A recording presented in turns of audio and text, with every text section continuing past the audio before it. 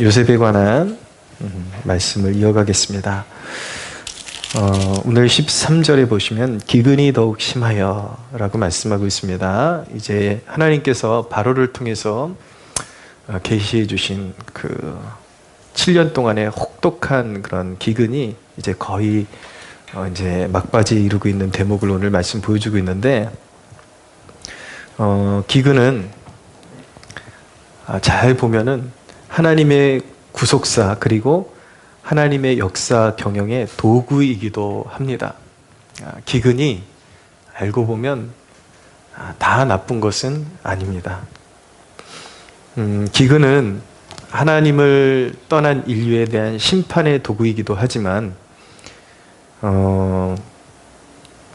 어떤 의미에서는 하나님의 경영의 재배열이라고 말씀드릴 수도 있습니다. 새로운 그림으로 어떤 인류 역사를 가져가실 때 하나님의 구속사에 이바지하기 위해서 어떤 민족은 세우시고 어떤 민족은 이제 끌어내리시기 위해서 하나님께서 이제 재배열하시는 그런 도구가 기근이기도 한 것입니다. 특히 기근은 하나님의 백성들에겐 하나님의 인도하심의 도구이기도 합니다. 어떤 자리를 옮기게 하실 때, 삶의 터전을 옮기게 하실 때, 그럴 때 하나님께서 기근을 사용하기도 하시는 것입니다.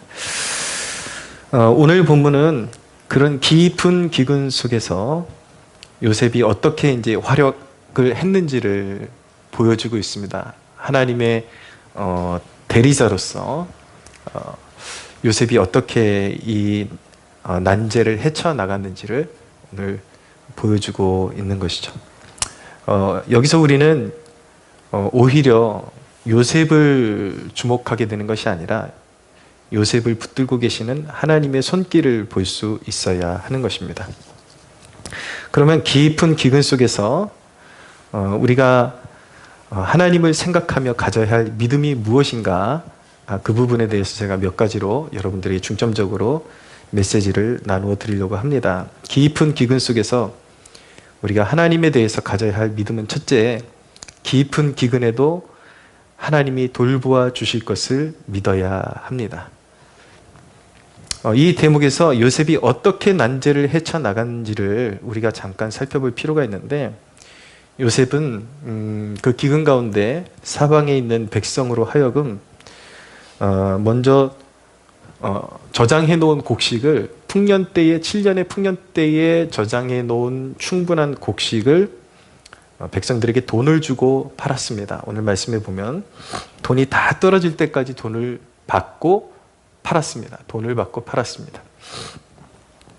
그리고 백성들의 돈이 다 떨어지자 요셉은 가축을 돈 대신에 내게 해서 양식을 백성들에게 팔았습니다. 요셉이 하나님의 영에 감동되어진 하나님의 신실한 일꾼이었다라는 사실을 망각한 사람들, 소위 성경 해석자들 가운데서도 요셉의 이런 대목을 보면서 요셉이 선정을 베푼 사람이 아니라 굉장히 야박하게 백성을 수탈한 사람이었다라고 그렇게 비난조로 성경을 해석하는 학자들도 덜어 있어 왔습니다. 그런데 하나님의 구원의 역사를 올바로 아는 사람들은 그런 해석이 나올 수가 없죠. 하나님의 영에 감동된 사람이 요셉이었고, 하나님께서 이미 7년 동안의 기근이 있을 것을 요셉을 통해서 알게 하셨고, 또 하나님께서는 요셉을 통해서 이 난국을 헤쳐나갈 수 있는 지혜를 주신 분이 하나님이신데, 요셉이 악의를 가지고 이런 정책을 썼다라고 보기는 생각도 할 수가 없는 것입니다. 왜 요셉이 이런 방법을 사용했는가? 요셉은 만약에 양식을 그냥 후한 마음으로 다 나눠주고 먹어치우기만 해서는 나라에 소망이 없다라는 사실을 알고 있었고, 기근 중에 오히려 다가올 미래를 위해서 나라의 기반을 다지고 있었던 것입니다. 이제 양식을 배포하고 나면 나라의 어떤 국격을 세우고 힘을 발휘하는데, 나라를 또 지탱하고 또 새롭게 세우는데 그런 돈과 이런 재력이 어떤 굳건한 그런 국가의 재반 사항이 필요했기 때문에 나중에 가서 다 나눠주고 망하는 일이 없도록 그렇게 조치를 취했던 것이죠. 특별히 가축을 이렇게 돈 대신에 받고 양식을 나누어 주었던 이유는 가축이라는 그 특성상 그냥 그 기근 가운데 광야에 내버려 두거나 이렇게 되면 방치가 되고 먹일 양식이 없으니까 다 말라 죽거나 폐사되거나 이런 일이 벌어질 것이기 때문에 가축을 전략적으로 다 거두어 들여서 국고를 통해서 이제 가축을 먹이고 가축을 보존하는 방법을 선택했던 것입니다. 우리가 봐야 하는 영적인 그림은 요셉이 하나님의 통치를 대리하고 있다는 것이었습니다. 그리고 요셉의 삶은 영적인 기근에서 살리시는 그리스도의 모습을 어렴풋이 담고 있다는 것, 그 부분을 우리가 유심히 보아야 합니다. 우리는 기근이 하나님의 손에 있다는 사실을 믿어야 하고 하나님을 가까이 하는 백성들을 돌보아 주심을 믿어야 합니다. 여러분, 기근이 오지만 우리 인생 가운데도 여러모로 경제적인 기근이 올 수 있고 삶의 여러 가지 환난과 기근과 역경이 올 수 있지만 그런 환난과 역경이 모두에게 재앙이 되는 것이 아니라 그 가운데서도 하나님을 가까이 하고 그리스도께로 가까이 하는 백성들에게는 그것이 구원의 사건이 될 수 있다라는 것을 믿어야 하는 것입니다. 할렐루야. 하나님은 기근의 한복판에서도 그의 백성들을 돌보십니다. 오히려 택함받은 백성들에게 기근은 하나님께로 더욱 가까이 이끄시는 부르심이라는 사실을 망각하지 말아야 합니다. 기근이 왔다고 하나님과 멀어지면 완전히 하나님이 기근을 주신 하나님의 의도와 반대 방향으로 가게 되는 것입니다. 육적으로든 영적이든 어떤 기근이 오면 하나님의 부르심이라는 것을 꼭 가슴에 새기고 하나님께로 더 가까이 다가와야 하는 것입니다. 기근 속에서 주님을 부지런히 섬겨야 할 것을 오늘 본문을 통해서 배우게 되는 것입니다. 그것을 요구하고 계십니다.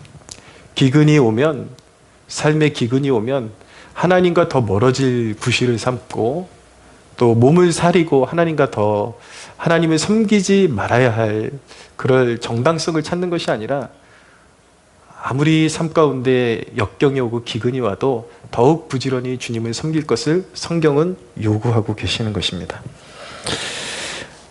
기근 속에서 주님을 섬기는 것은 주님께 수탈당하는 것이 아닙니다. 요셉에게 그런 돈을 갖다 바치고 우양을 갖다 바치고 이것이 요셉이 악한 마음으로 빼앗기 위해서 수탈하기 위해서 빼앗은 게 아니라 오히려 백성들이 더 오래 잘 살 수 있도록 미래를 염두에 두고 그렇게 양식을 나누어 줬던 것처럼 우리 하나님도 우리의 영적인 기근 가운데 헌신을 요구하시지만 우리를 수탈하거나 우리가 가진 것을 빼앗기 위해서 요구하시는 것이 아니라 하나님을 신뢰하는 믿음을 통해서 더욱 크게 역사하시고 백성들을 보존하시는 은혜를 주시기 위해서 계속해서 내게로 가까이 와라, 어려울수록 더욱 헌신해라 라고 그렇게 요구하시는 것입니다. 할렐루야. 우리가 깊은 기근 속에서도 주님을 섬길 수 있는 이유는 그분을 신뢰하는 백성에게 부어주실 은혜가 넘치기 때문인 것입니다. 어리석은 사람들은 항상 자기 힘으로 살아가려고 하죠. 그래서 그것이 무엇이든 간에 자기의 그런 부족한 자원을 꽁꽁 숨기고 하나님께로부터 감추려고 하는 것입니다. 이제 얼마 남지 않았는데 이런 심상을 가지고 그것을 하나님께 내어드리기를 주저하고 꺼려하고 하나님께로부터 자꾸 도망을 치는 것이죠. 그런데 여러분, 그것을 하나님을 위해서 사용하지 않고 그것이 무엇이든지 간에 하나님을 위해서 사용하지 않고 자기를 위해 남겨두는 것은 얼마 가지 못할 것입니다. 그러나 영적인 기근이 와도 삶의 기근과 같은 상황이 와도 하나님은 우리를 향한 선하고 아름다우신 계획을 가지고 계시다라는 그 믿음을 가지고 하나님께는 우리를 향하신 부어주실 은혜가 여전히 풍성하고 영적인 양식이 풍성하다라는 그 믿음을 가지고 아낌없이 하나님을 섬기다 보면 오히려 기근의 날 기름이 끊어지지 않았던 그 사렙다 과부가 경험했던 그런 은혜를 경험하게 될 것입니다. 믿으십시오. 예. 기근의 날 엘리야가 사렙다 과부에게 보냄을 받아서 이 사렙다 과부가 이제 얼마 남지 않은 그런 가루와 기름을 가지고 아들과 함께 떡을 지어 먹고 이제 마지막으로 먹고 아마 목숨을 끊으려고 했던 것 같아요. 그런데 엘리야가 하나님의 부르심을 받고 사렙다 과부에게 가서 너의 기름과 남은 기름과 그 가루를 가지고 나를 위해서 떡을 만들어 와라 먼저.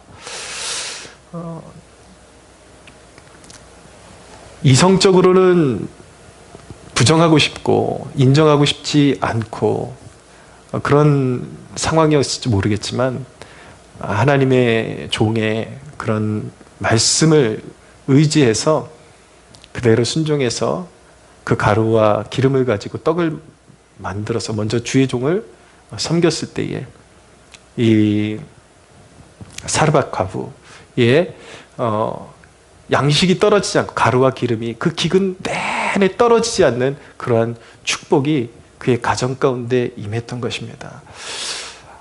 기근의 날 하나님의 말씀을 의지하고 오히려 하나님을 섬기는 일에 더 힘쓰는, 비록 가진 자원이 너무나도 부족하고 열악하다 할지라도 그 믿음을 가지고 하나님께는 여전히 우리를 보살피실 수 있는 능력과 자원이 넘쳐난다라는 그 믿음을 가지고 그분 앞에 나아가서 섬기면 그 기근의 날 동안에 끊어지지 않는 은혜가 넘쳐날 줄로 믿으시기를 바랍니다. 그런 믿음을 가지고 나아가면 우리가 주님 발 앞에 놓아드린 떡 5개와 물고기 2마리가 5,000명을 먹이는 역사로 변화되는 기적을 보게 될 것입니다. 사랑하는 여러분, 기근의 날에 하나님의 역사를 보는 그러한 복된 백성들 되시기를 주님의 이름으로 축복합니다. 자, 2번째로 깊은 기근 속에서 가져야 할 믿음은 깊은 기근을 통해서 새로운 일을 시작하실 것을 믿어야 합니다. 하나님께서 깊은 기근을 통해서 새로운 일을 시작하실 것을 믿어야 합니다. 18절을 보십시오. 그 해가 다가고 새해가 되매 라고 말씀하고 있습니다. 그 해가 가고 새해가 되매. 자, 이게 무슨 말씀이냐면 이제 기근 6년 차가 지나고 7년 차가 되었다라는 뜻입니다. 기근이 절정에 이르렀다라는 의미인 것입니다. 여러분, 기근은, 우리가 맞이하는 기근은 꼭 경제적인 것만 의미하지는 않습니다. 경제적인 것을 포함해서 어떤 관계의 깊은 갈등일 수도 있고 지속되는 어려운 상황일 수도 있고 영적인 기근일 수도 있습니다. 그러나 중요한 사실은 우리가 믿음 안에 있을 때 기근은 지나간다라는 것입니다. 할렐루야. 기근은 지나가게 되어 있습니다. 오히려 우리 믿음의 눈을 들어서 기근을 통해 하나님께서 변화시키시는 새로운 영적인 질서 또는 영적인 환경의 변화를 볼 수 있어야 하는 것입니다. 이 기근을 통해서 하나님께서 우리를 위해서, 하나님의 백성들을 위해서 새로운 역사를 창출하고 계시다라는 것을 믿음의 눈으로 볼 수 있어야 하는 것입니다. 요셉이 기근 마지막 연차에 단행한 일은 무엇이냐면 백성들에게 이제 마지막 남은 것, 토지와 몸이었습니다. 그래서 토지를 받고, 돈 대신에 토지를 받고 양식을 파는 것이었습니다. 이것은 애굽의 통치의 새로운 도전이었습니다. 요셉은 토지를 거두고 백성에게 종자를 주었습니다. 이것은 첫째, 이제 곧 기근이 끝난다라는 사실을 알고 있던 요셉의 영적인 해안에서 나온 결단이었습니다. 둘째, 요셉은 이와 같은 토지 정비를 통해서 국가도 부유해지고 백성들에게 풍성한 결실을 돌려주어서 가난한 백성이 없게 하려고 한 것이었습니다. 기근은 길었지만 오히려 백성들의 삶에 새로운 기회가 주어지고 풍성한 결실을 기대할 수 있게 된 것입니다. 깊은 기근의 절정을 우리는 어떻게 이겨낼 수가 있을까요? 우리는 어떤 마음으로 그 기근의 절정, 깊은 절정에 다른 그 기근을 이겨낼 수 있을까요? 우리는 이런 마음을 가져야 하는 것입니다.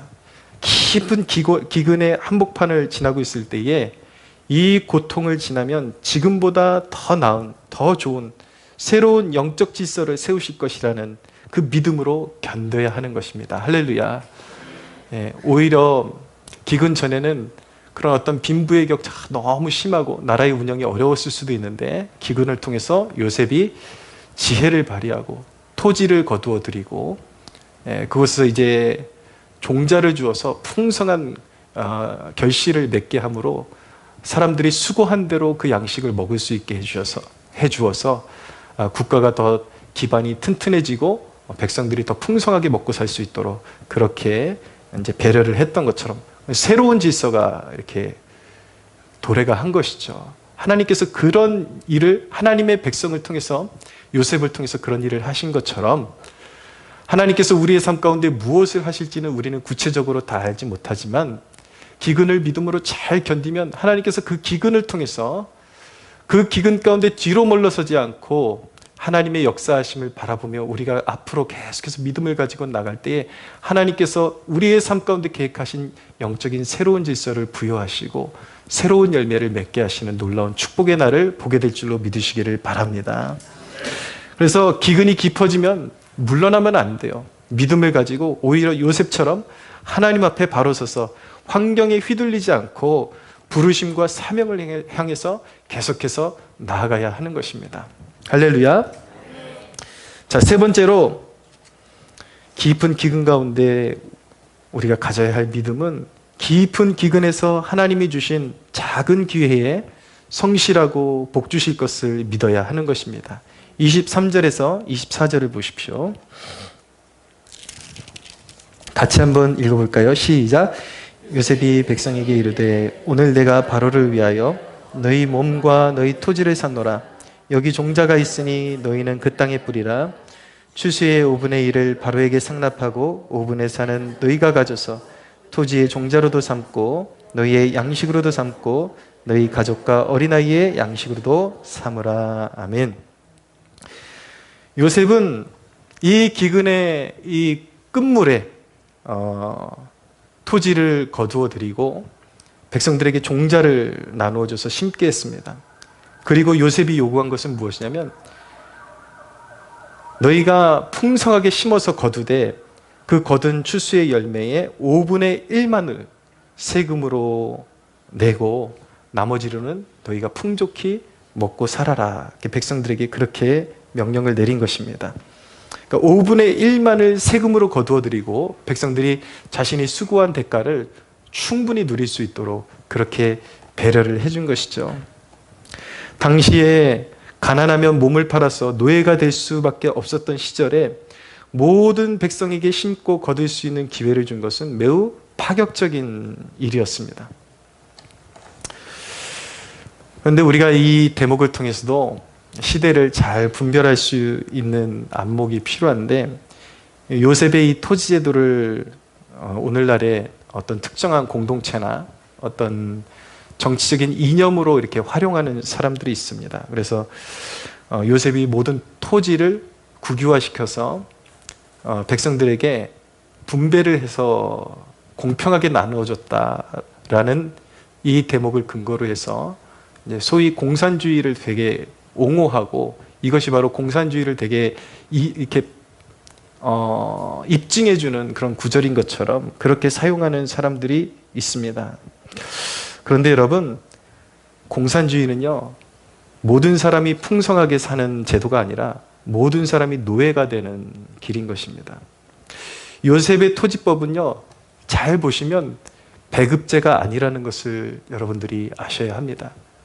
요셉의 토지법은 배급제가 아니라 자기가 힘써서 일한 만큼 소유하게 되는 제도였다라는 것이, 이게 살짝 다른 것 같은데, 이 이념을 신봉하는 자들은 어떤 비슷한 어떤 사건을 가져와 가지고 말도 안 되는 자신들의 이론을 입증하기 위해서 이야기를 하는데, 이 성경에 대해서 면밀하게 살펴보지 않은 사람들은 이게 뭔가 비슷한 흐름으로 얘기를 하니까 아, 정말 그런가 보다 하고 속기 십상인데, 말씀은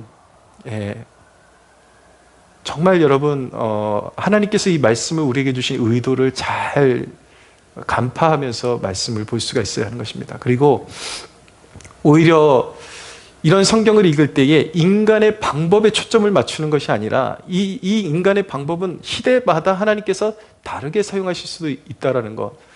우리가 성경을 읽을 때 봐야 되는 것은 여기서 인간의 절대적인 어떤 방법을 추출해내는 것이 아니라 이 사건을 통해서 하나님이 뭘 하고 계시냐, 하나님이 무엇을 원하고 계시냐, 하나님을 중심으로 성경을 읽어야 하나님의 관점으로 성경이 읽히게 되고, 그것을 우리는 바르게 그 사건을 해석할 수 있는 눈을 소유하게 되는 것입니다. 할렐루야.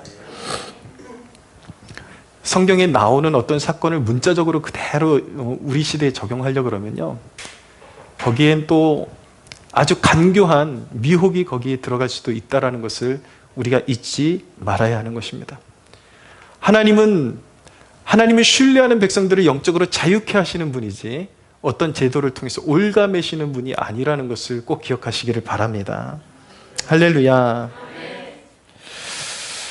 25절을 보시면 요셉이 그렇게 선정을 베푸니까 결국은 다 빼앗아간 것 같지만 백성들에게 요셉이 사실은 다 좋은 기회를 돌려준 거예요.